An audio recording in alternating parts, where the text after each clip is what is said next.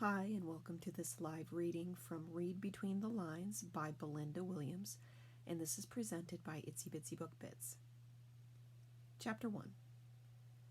Kat concentrated on the sound of the pounding waves. It should have been an easy task thanks to the breathtaking view of the Pacific Ocean. Not many people were lucky enough to live in an apartment with this sort of million-dollar outlook. Oh, she bit off an oath and willed herself to calm down. She sure as hell didn't feel lucky at this exact moment on account of her vocal upstairs neighbor.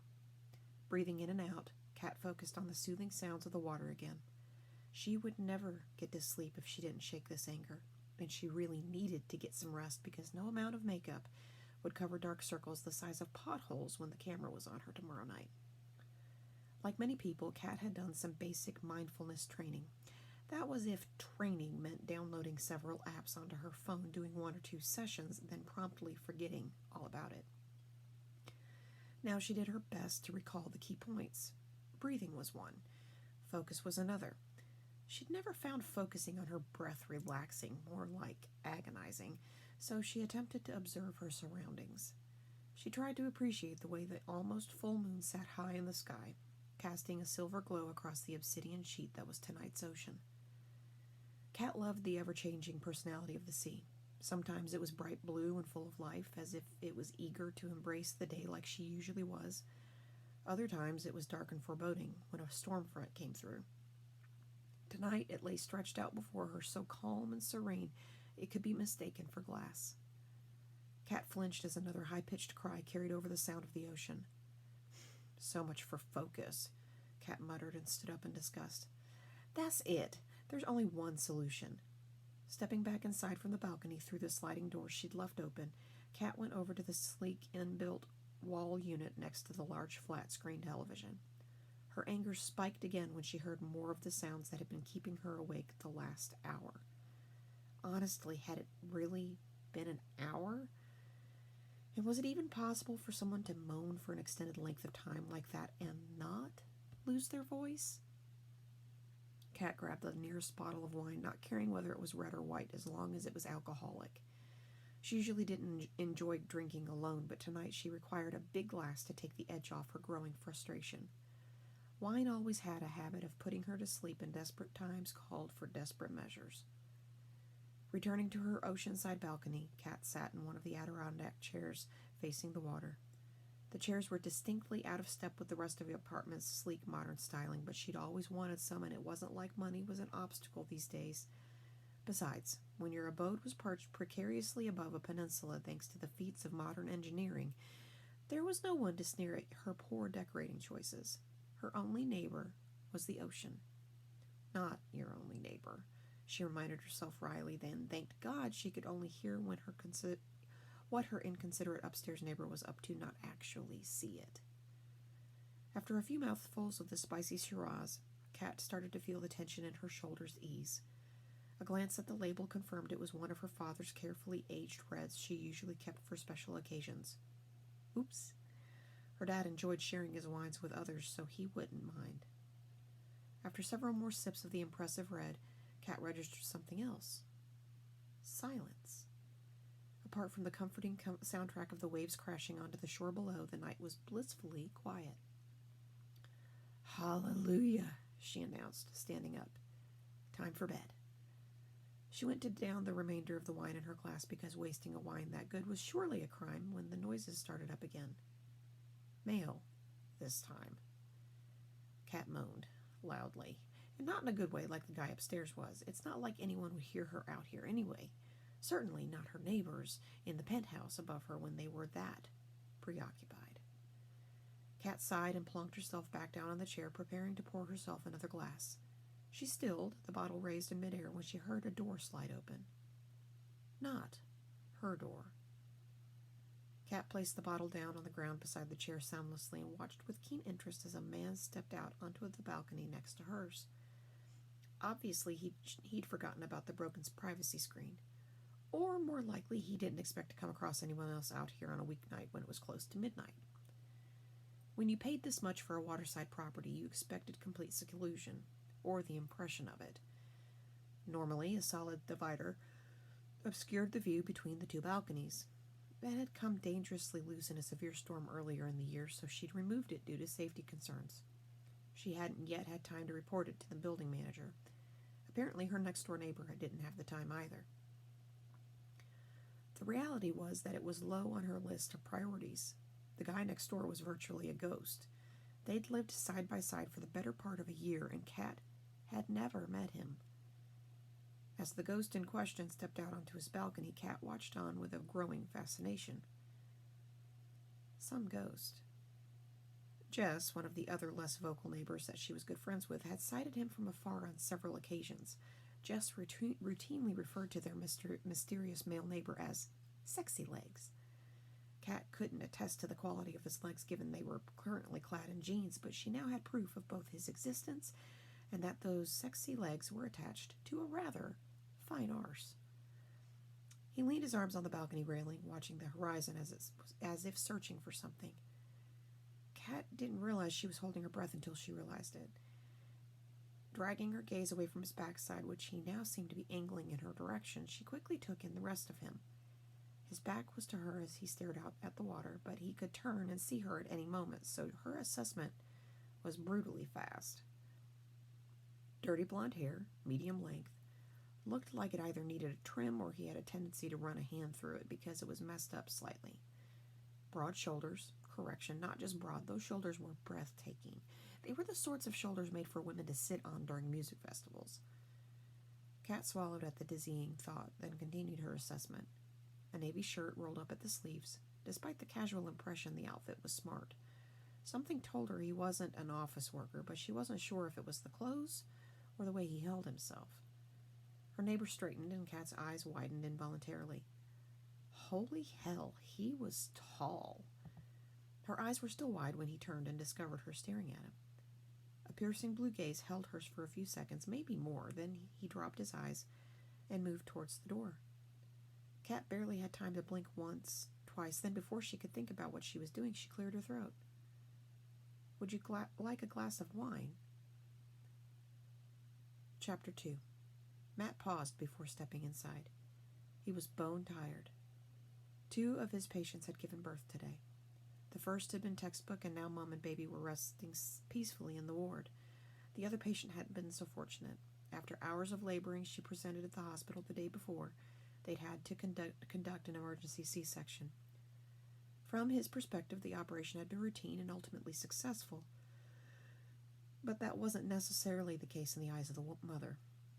Like all the women who came to him during their pregnancies, he got to know every one of them. And he knew for a fact that Alicia, this new young mother, didn't want a cesarean. She'd wanted to labor naturally, and he respected that. But he was also a doctor, and when the baby's heartbeat had started to grow weak, he'd had to do what was best. In this case, it was a C-section. Unfortunately, what was best didn't always feel right. Matt knew some of the joy of new motherhood had been taken away from the young couple due to the method of delivery. Hello? His female neighbor's impatient voice cut through the swirling thoughts in his head. He refocused on those dark eyes he'd fixated on a moment earlier. There was a hint of indignation in their depths. Sorry, no, but thanks. Matt went to step inside again. She shrugged. You look like you could do with a drink, that's all. Matt hesitated, his hand resting on the edge of the door. He wasn't sure if it was her confidence or her observation that stopped him. He watched as she reached down and picked up the bottle beside the chair. Her dark hair fell forward over her shoulder with the movement, and he found himself transfixed again. Matt rarely had time for television, but he knew who he was currently looking at. She was the co-host of that evening current affairs show, Kat someone or other.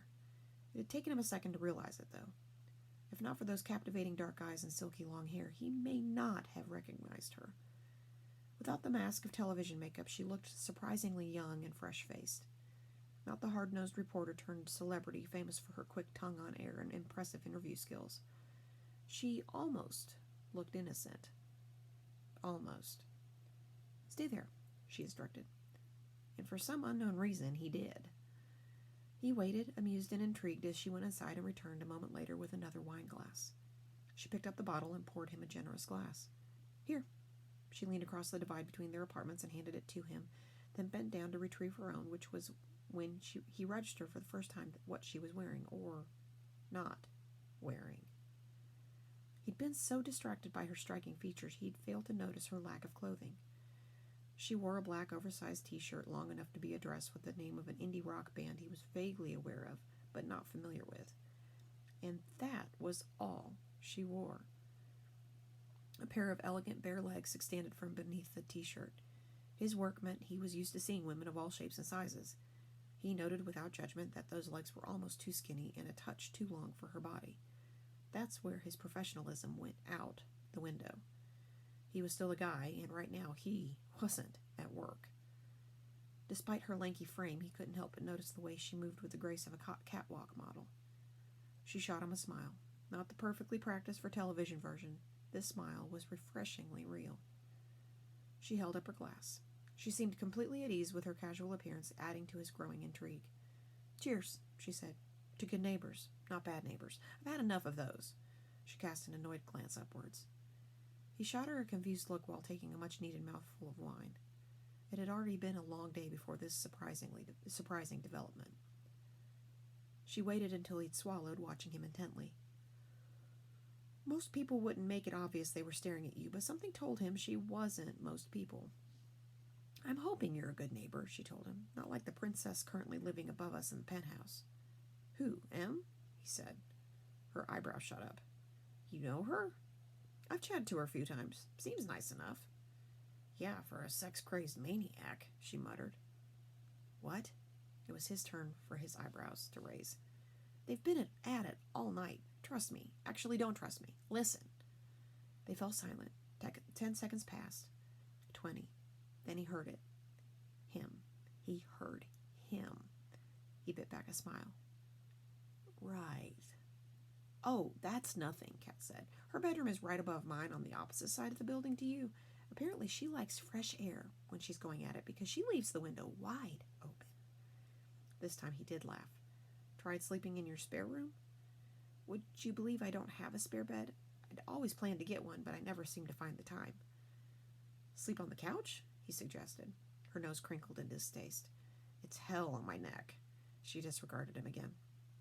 "We've never met before. You're so quiet I barely hear you, unlike our upstairs neighbor. Or maybe you're a workaholic?"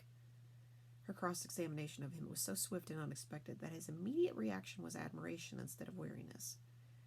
"I'd say we've never met because we both keep different hours. I've met Jess and Em, just not you." "Well, now you have. I'm Kat." "I know."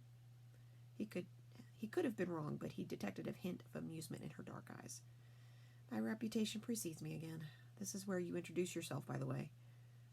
So she wasn't just letting him off the hook. From the little he knew about her, it didn't surprise him. "I'm Matt."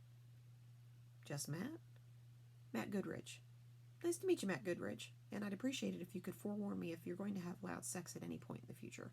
At the bare minimum, I'd prefer it if you would keep your windows closed." He almost spat the mouthful of wine back into his glass, but he was having too much fun to let her get a rise out of him. He swallowed, drawing out the moment while she waited for his reaction. Then he said, "Actually, I like the feel of fresh air on my bare skin, not to mention the view from the balcony, so perhaps it's best if I do warn you, so you don't get a shock." Those wide eyes again, which did something to him he couldn't yet put a finger on. Then he threw her head back and laughed. An infectious, glorious laugh that sounded really good to his ears after the hellishly long day he'd had. When she'd recovered, he tilted his head in considering his words. "I'm sorry, was that too crass?" "Far less crass than what they're getting up to upstairs, trust me, and it confirms you don't work in an office." There he went, almost spitting his wine out again, but it took a lot for him to lose his cool. "What makes you say that?" She tapped the side of the wine glass thoughtfully with her finger. "With that bit of black humor, my money is on the medical industry. Consultant, or specialist perhaps. Maybe even a doctor. That would explain the weird hours, although you look quite young to be a doctor." Matt eased himself into the chair closest to him and absorbed her extremely accurate guess. All right, calling it a guess wasn't giving her enough credit. "Now I know how you got your reputation for being a gun interviewer," he said. She grinned triumphantly. "Ha! So I'm right then. Which one is it?" She leaned on the railing and waited, looking at him over the glass partition. On an ordinary day, Matt didn't like discussing his work or himself for that matter, but this day had turned out to be far from ordinary. Obstetrician. He enjoyed watching the display of emotions flicker over her features. Of surprise, a moment of shock, admiration, and then interest. That she was being so unguarded felt like a victory somehow. He knew for a fact that if she were interviewing him on air, her poker face would trample all over his attempt at cool reserve. "Wow," she said. "You really deliver babies?" "Mostly I just stand around and watch and let my patients do all the hard work." She directed that intense gaze on him again. "There's that humor again. I'd say you do a hell of a lot more than that." "When required," he replied simply. She fell silent, and the lack of conversation wasn't awkward at all. Eventually, when it appeared she had reconciled her idea of him with the fact he was an obstetrician, she spoke again. "Where do you work?" He named a well-known private hospital on the outskirts of the city, and she nodded. "Bit of a drive from here when there's an emergency," she commented.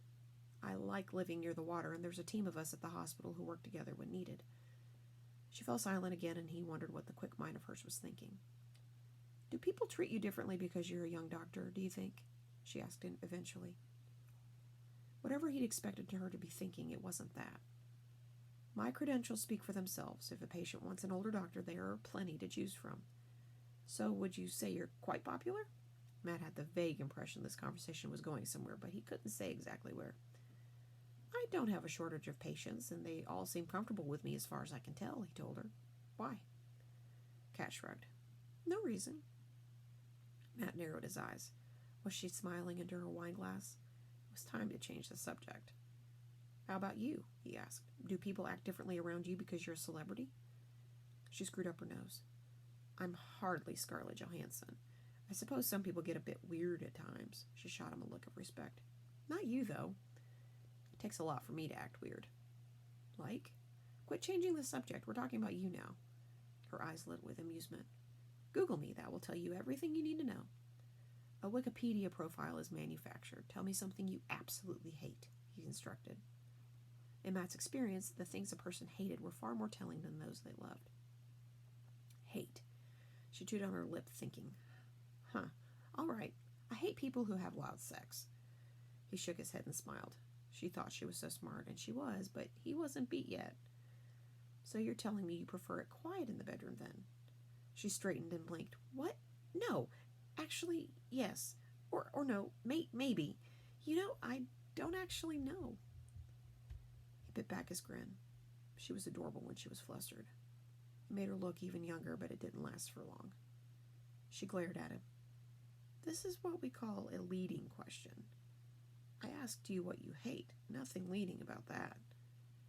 "All right, then you twisted my answer to try to get a response from me." "Guilty as charged. Although in my defense, your reply wasn't honest." Kat huffed, her glare intensifying. He remained seated, not feeling the slightest bit threatened, and more fascinated than anything else. "It was an honest answer. I do hate people who have loud sex. But you don't like being questioned even more." Kat stilled. A tiny line appeared between her dark eyebrows. "What?" Matt set his wine glass down on the ground and slowly rose from the chair. Kat also didn't appear the least bit threatened, but now she was now forced to look up at him. "I may not be an expert interviewer, but in my experience I've learned that when someone doesn't want to answer the question, they'll deflect."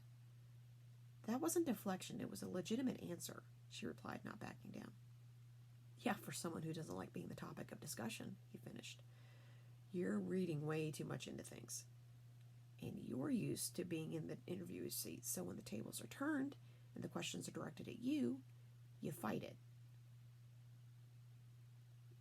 "Nothing to fight. You weren't interviewing me." Matt knew he'd made his point, and a part of him felt bad for unsettling her. But he wasn't stupid either. So far tonight she'd made it her mission to find out about him, but hadn't spoken about herself at all. "Then if I wasn't interviewing you, why won't you answer the question?" he shot back. Hook, line, and sinker. He saw the moment she realized. Either she answered his question honestly or admitted she hated being questioned. His money was on the fact that she hated being questioned so much she'd rather answer his question to deny it. "Fine," she said, her voice now holding no hint of warmth. "I'll tell you what I hate. I hate people who pretend to be someone they're not." Matt nodded at her hard-won answer. It was an interesting reply and raised more questions than it answered, but he felt like he had gotten somewhere. He reached down and collected his glass, then passed it back across the divide to her. She took it, but didn't move away. What about you? What do you hate? He looked into her penetrating gaze. He could see why the television network loved her. There was something magnetic about her presence. His lips curled before he replied, Well, I don't hate loud sex, as it turns out. There, she was smiling again. You haven't answered the question. I know. She waited. Like her, Matt was a private person, but unlike her, he wasn't scared of a bit of honesty. I hate it when people die. He gave her a regretful half-smile, half-frown, because for sure that had ruined the moment. But she wanted honest, so he gave her honest. Thanks for the drink, Kat. It's been an unexpected pleasure, and I do mean that. She stood there looking at him, and for the first time he saw something he hadn't seen so far this evening. Uncertainty. Thanks for taking my mind off the noisy neighbors, she said. He nodded and went to go inside, but before he disappeared, he tapped a thumb on the sliding door like an afterthought. Go talk to Em. She's a good person. A little young and wild, perhaps, but she'd hate to know she's been keeping you up. And what? Kat scoffed. Tell her not to have sex? Matt grinned. Loud sex, or let her know the hours you keep so she can enjoy herself with free abandon while you're not here. From what I know of her, she'll do the neighborly thing. Matt slipped inside, leaving Kat standing alone in the cool evening air.